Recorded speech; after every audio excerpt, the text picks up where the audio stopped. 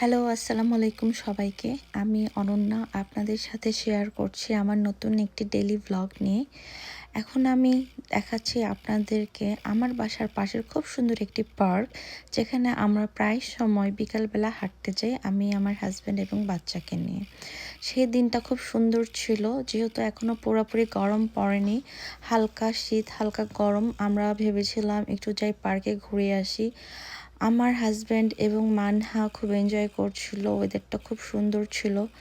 আর পার্কের কালারগুলো এত সুন্দর, গাছের পাতার রং, তারপর আকাশের ভিউগুলো খুব সুন্দর ছিল।